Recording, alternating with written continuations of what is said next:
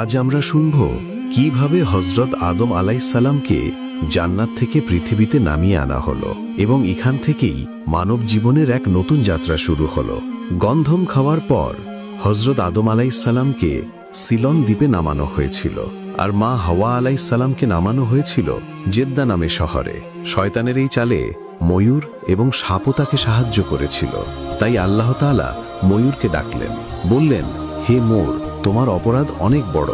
যদিও তুমি সরাসরি গুনাহ করনি, তবুও তুমি সম্পূর্ণ নির্দোষ নও, কারণ তুমি জানতে যে আমার অনুমতি ছাড়া কেউ জান্নাতে প্রবেশ করতে পারে না। তবুও তুমি এক অপরিচিতকে সেখানে যেতে সাহায্য করেছ, তাই তোমাকে শাস্তি পেতে হবে। এক, প্রথমত তোমার জায়গা আর জান্নাতে হবে না। দুই, দ্বিতীয়ত তোমার দেহের অতুলনীয় সৌন্দর্য হ্রাস করে দেওয়া হবে। বিশেষ করে তোমার পা, যা সবচেয়ে সুন্দর ছিল, সেগুলিকে বৎসত বা কুৎসিত করে দেওয়া হবে। এরপর আল্লাহর হুকুমে ফেরেশতারা ময়ূরকে জান্নাত থেকে বের করে পৃথিবীতে ছেড়ে এলেন। এরপর আল্লাহ তাআলা সাপকে ডেকে বললেন, হে সাপ, আমি তোমাকে সমস্ত সৃষ্টির মধ্যে সবচেয়ে বেশি সৌন্দর্য দিয়েছিলাম, তোমাকে জান্নাতে রেখেছিলাম, কিন্তু তুমি আমার আদেশের বিরুদ্ধাচরণ করছো। তুমি শয়তানকে আমার অনুমতি ছাড়া জান্নাতে প্রবেশ করিয়েছ। এবার তুমিও শাস্তি পাবে। তোমার চেহারা বিকৃত করে দেওয়া হবে, তোমার পাগুলো শেষ করে দেওয়া হবে। এখন তুমি জীবনভর পা ছাড়াই হামাগুড়ি দিয়ে ঘুরবে। আর যে মুখ দিয়ে তুমি শয়তানকে জান্নাতে প্রবেশ করেছিলে, সেই মুখে এখন সুগন্ধির বদলে বিষ ভরে দেওয়া হবে। মানুষ তোমাকে দেখা মাত্রই মারার চেষ্টা করবে।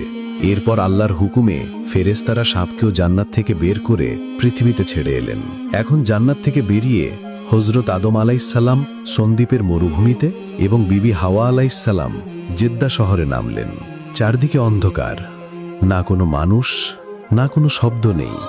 অচেনা পৃথিবীতে হঠাৎ নেমে এসে দুজনেই হতবাক ও দুঃখে নিমজ্জিত ছিলেন। আদম আলাইহিসসালাম সন্দ্বীপে বসে কাঁদছিলেন এবং হাওয়া আলাইহিসসালাম জেদ্দায় বসে একইভাবে অশ্রু বিসর্জন দিয়েছিলেন। কিছু বর্ণনা অনুযায়ী তারা এভাবেই ৩০০ বছর ধরে চোখের জল ফেলেছিলেন। এরপর আল্লাহ রাব্বুল আলামিন তার এই দুঃখিত ও ভগ্নহৃদয় বান্দাদের প্রতি রহমতের দৃষ্টি দিলেন। তারপর তিনি হযরত জিবরাইল আলাইহিসসালামকে আদেশ দিলেন, হে জিবরাইল, আমার বান্দা আদমের কাছে যাও এবং তাকে বলো যে সে যেন মক্কায় যায় এবং সেখানে আমার জন্য হজ করে। আল্লাহর আদেশ পেয়ে হযরত আদম আলাইহিসসালাম সফরের জন্য বেরিয়ে পড়লেন। মুফাসসিরগণ লিখেছেন, যখন আদম আলাইহিসসালাম সন্দ্বীপ থেকে মক্কার দিকে হাঁটতে শুরু করলেন, তখন আল্লাহ তাআলা তার জন্য জমিনকে এতটাই নিকটবর্তী করে দিলেন যে মাত্র ৩০ কদমে তিনি মক্কা শরীফে পৌঁছে গেলেন। মক্কা পৌঁছে হযরত আলী আলাইহিসসালাম জাবালে রহমতের কাছে বসে পড়লেন। ক্লান্ত ভেঙে পড়া মনোবল নিয়ে চোখ থেকে অশ্রু ঝরছিল। তিনি হাত তুলে দোয়া করলেন, হে আমার মালিক, আমার এবং আমার স্ত্রীর গুনাহ মাফ করে দিন। আমি জানি না হাওয়া এখন কোথায় কি অবস্থায় আছে, তাও নাই বা জানা আছে যে আমি কোথায় আছি। হে আমার রব, দয়া করে আমাদের ভুল ক্ষমা করে দাও এবং আমাদের আবার মিলিয়ে যাও। হযরত আদম আলাইহিসসালামের এই দোয়া আল্লাহর দরবারে কবুল হতে শুরু করলো। তিনি আকাশের দিকে চোখ তুললেন। হঠাৎ তার দৃষ্টির সামনে আসে মহান আরশ প্রকাশিত হলো। তিনি দেখতে পেলেন আরশে লেখা আছে, লা ইলাহা ইল্লাল্লাহু মুহাম্মাদুর রাসূলুল্লাহ। এই দৃশ্য দেখে আদম আলাইহিসসালামের একটি পুরনো স্মৃতি তাজা হলো। যখন আল্লাহ তাকে সৃষ্টি করেছিলেন, তখন তিনি প্রথমবার এই আরশের নিচে লেখাটি দেখেছিলেন। এখন আদম আলাইহিসসালাম আবার হাত তুললেন এবং বড় কোমলতা ও ব্যাকুলতার সঙ্গে বললেন, হে আমাদের রব, আপনার হাবিব মুহাম্মাদুর রাসূলুল্লাহ সাল্লাল্লাহু আলাইহি ওয়াসাল্লামের ওসিলায় আমাদের গুনাহ মাফ করে দিন। যখন আদম আলাইহিসসালাম তার হাবিব মুহাম্মদ সাল্লাল্লাহু আলাইহি ওয়াসাল্লামের নাম নিলেন, তখন রহমতে ইলাহির সমুদ্র যেন উদ্বেলিত হলো। আল্লাহ তার দোয়া কবুল করলেন এবং তার ও তার স্ত্রীর সমস্ত গুনাহ মাফ করে দিলেন। দুজনকে একেবারে পাক পবিত্র করে দেওয়া হলো। এরপর আল্লাহ জিবরাইল আলাইহিস সালামকে পাঠালেন। জিবরাইল আলাইহিস সালাম এসে বললেন, হে আদম, আপনি আপনার দোয়ায় মুহাম্মদ সাল্লাল্লাহু আলাইহি ওয়াসাল্লামের নাম নিয়েছেন। এই কারণেই আল্লাহ আপনার দোয়া কবুল করেছেন। আপনার ও আপনার স্ত্রীর গুনাহ মাফ করে দেওয়া হয়েছে। যদি আপনি এই দোয়া সেই সময় করতেন যখন আপনি জান্নাতে ছিলেন, তবে আপনাকে কখনো পৃথিবীতে আসতেই হতো না। এই কথা শুনে আদম আলাইহিস সালাম বলেন, জিবরাইল, আমি তো এত দুশ্চিন্তায় সেই কালিমাটি, সেই শব্দটি একেবারেই ভুলে গিয়েছিলাম। আমার মনেই ছিল না যে সেটাই ছিল আমার নাজাতের মুক্তির উপায়। কিন্তু আজ হঠাৎ খোদার মেহেরবানিতে আমার হৃদয়ে সেই কালিমাটি জেগে উঠেছে এবং আমি সেই কালিমার উসিলাতেই আল্লাহর কাছে দোয়া চেয়েছি। জিবরাইল আলাইহিস সালাম এবং হযরত আদম আলাইহিস সালামের মধ্যে তখন কথা চলছিল। ঠিক তখনই হযরত আদম আলাইহিসসালামের দৃষ্টি দূরে একটি ময়দানের দিকে পড়ল এবং সেখান থেকে জিদ্দার দিক থেকে বিবি হাওয়া আলাইহিসসালাম পা বাড়াতে বাড়াতে আসছিলেন। এই দৃশ্য দেখে আদম আলাইহিসসালাম আর বসে থাকতে পারলেন না। তিনি ছুটে গিয়ে সেই আগন্তুক হযরতকে আলিঙ্গন করলেন এবং দুজন শোকে দুঃখে জড়িয়ে গেলেন। ৩০০ বছরের সেই দিনগুলোর পর এমন মোলাকাত, কি দৃশ্য ছিল! বিবি হাওয়া আলাইহিসসালামও এত দীর্ঘ বিচ্ছেদের পর স্বামীকে কাছে পেয়ে কেঁদে ফেললেন। তাদের চোখ ছিল তুলনাহীন স্বস্তি ও করুণা। তাদের চোখ, তাদের দোয়া সবকিছুই জমে থাকা সেই কষ্টকে বিদীর্ণ করে বেরিয়ে এসেছিল। ফেরেশতারাও এই দৃশ্য দেখছিলেন, তাদেরও মন ভরে গেল। তারাও এই দুজনের রুহানি কষ্টে শরীক হলেন এবং মন থেকে শুকরিয়া আদায় করতে লাগলেন আল্লাহর মেহেরবানির। পর আদম আলাইহিসসালাম কিছুটা স্বস্তি পেলেন, কিন্তু জীবন তখনও সহজ ছিল না। হযরত আদম এবং বিবি হাওয়া দিন কাটাতেন গাছের ফল আর জল দিয়ে, খাদ্য জুগিয়ে। খুবই কঠিন এবং কষ্টদায়ক ছিল সেই জীবন। এই কঠিন সময়ে জিবরাইল আলাইহিসসালাম জান্নাত থেকে একজোড়া উট এবং একজোড়া গরু এনে দিলেন, সঙ্গে কিছু গমের বীজও দিলেন এবং বললেন, এগুলো দিয়েই তোমরা রুটি পানির ব্যবস্থা করবে। উট দিয়ে জমি চাষ করে গম বোনা করো। আদম আলাইহিসসালাম বললেন, ঠিক আছে, কিন্তু আমরা তো কিছুই জানি না। জিবরাইল আলাইহিসসালাম হাসলেন, এটা ভেবো না, আমি সব শিখিয়ে দেব। তারপর জিবরাইল আলাইহিসসালাম তাদের চাষ করার পদ্ধতি শেখালেন, কিভাবে উট দিয়ে লাঙ্গল চামাতে হয়, বীজ বপন করতে হয়, সবকিছু।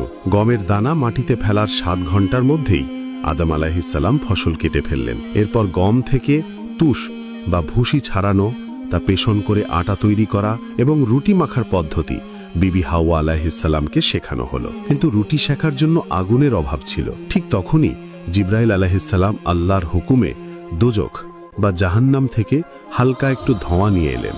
যখন সেই ধোঁয়া মাটিতে রাখা হলো, মাটি দ্রুত জ্বলে গিয়ে একটি গভীর গর্ত তৈরি করলো। সেই ধোঁয়া দোজখের দিকে পিছলে গেল। বারবার চেষ্টা করেও দোজখের ধোঁয়া পৃথিবীতে টিকিয়ে রাখা গেল না।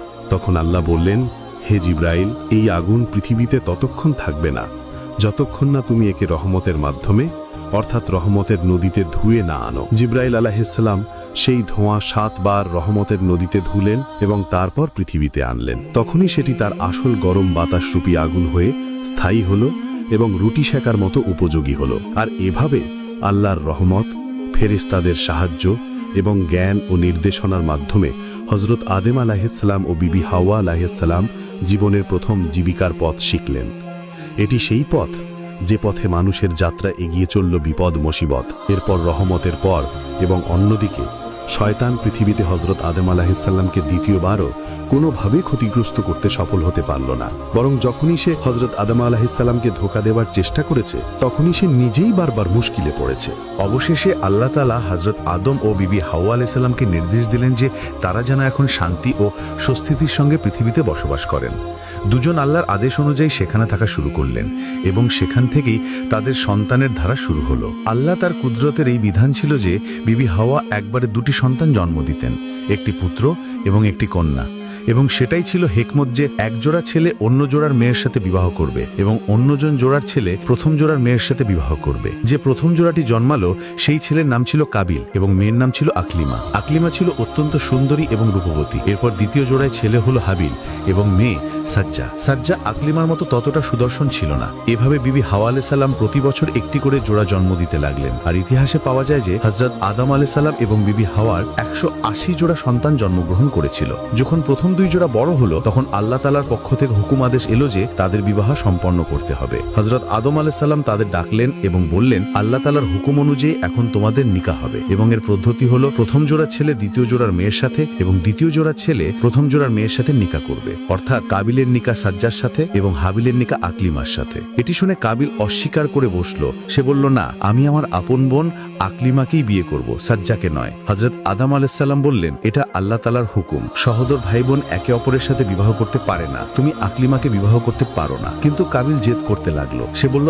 আমাকে প্রমাণ দিন যে এটা আল্লাহর হুকুম, আমি কিছুতেই সাজ্জাকে বিবাহ করব না। অবশেষে হযরত আদম আলাইহিসসালাম সিদ্ধান্ত নিলেন যে তোমরা দুজনেই আল্লাহর নামে কুরবানি পেশ করো এবং যার কুরবানি আল্লাহ তাআলা কবুল করবেন সেই হকদার যোগ্য বলে গণ্য হবে। সেই সময় কোরবানি আজকের মতো হতো না। সেই যুগে যখন কোনো জিনিস কোরবানি করা হতো, তখন আকাশ থেকে আগুন নেমে আসতো এবং সেই কোরবানিকে জ্বালিয়ে দিত। এটাই ছিল নিশানানি, মানে লক্ষণ যে আল্লাহ সেই কোরবানি কবুল করেছেন। যদি আগুন নামতো তবে বুঝে নিতে হতো আল্লাহ কবুল করেছেন, যদি না নামতো তবে জানা যেত যে তা কবুল হয়নি। পিতা আদম আলাইহিস সালামের সিদ্ধান্ত অনুযায়ী দুই ভাই আল্লাহ